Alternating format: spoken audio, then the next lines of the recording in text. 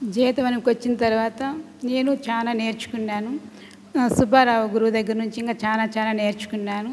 అసలు ఇంట్లో నాకు మామూలుగా పనులు చేయడం చాలా అంటే చేసేదాన్ని కాదు ఎక్కువగా మా అమ్మ వాళ్ళ ఇంట్లో కూడా. నేను మ్యారేజ్ అయినప్పటి నుంచి కూడా మా అమ్మ వాళ్ళు కూడానే ఉండిపోయినాను. నాకు 2019 లాస్ట్‌లో అంటే 2020లో ధ్యానంకి వచ్చినాను. వచ్చిన తర్వాత మా సార్ గుండానే ధ్యానంలోకి వచ్చినాను నేను. ఇక్కడికి వచ్చిన తర్వాత ఆ సేవ ఎలా చేయాలనేది సుబ్బారావు సార్ గుండా చాలా నేర్చుకున్నాను. అంటే ఇక్కడ జీతవనంలో అద్భుతమైనటువంటి ఎనర్జీస్ ఉన్నాయి. గోల్డెన్ కాంతి ఎక్కువ కనిపిస్తూ ఉంటుంది బాగా. మొన్న ధ్యాన స్థలి వద్ద కూర్చొని ధ్యానం చేస్తా అంటే అమ్మవారు కనిపిస్తూ అన్నారు. అంటే ధ్యానం చేస్తూ ఉంటాను, కానీ ఆకాశంలో మేఘాలు ఎలా వెళ్తూ ఉంటాయో అదేలాగా ఆ ధ్యానంలో నాకు వెళ్ళినట్లు అనిపిస్తూ ఉంటుంది ఎక్కువగా.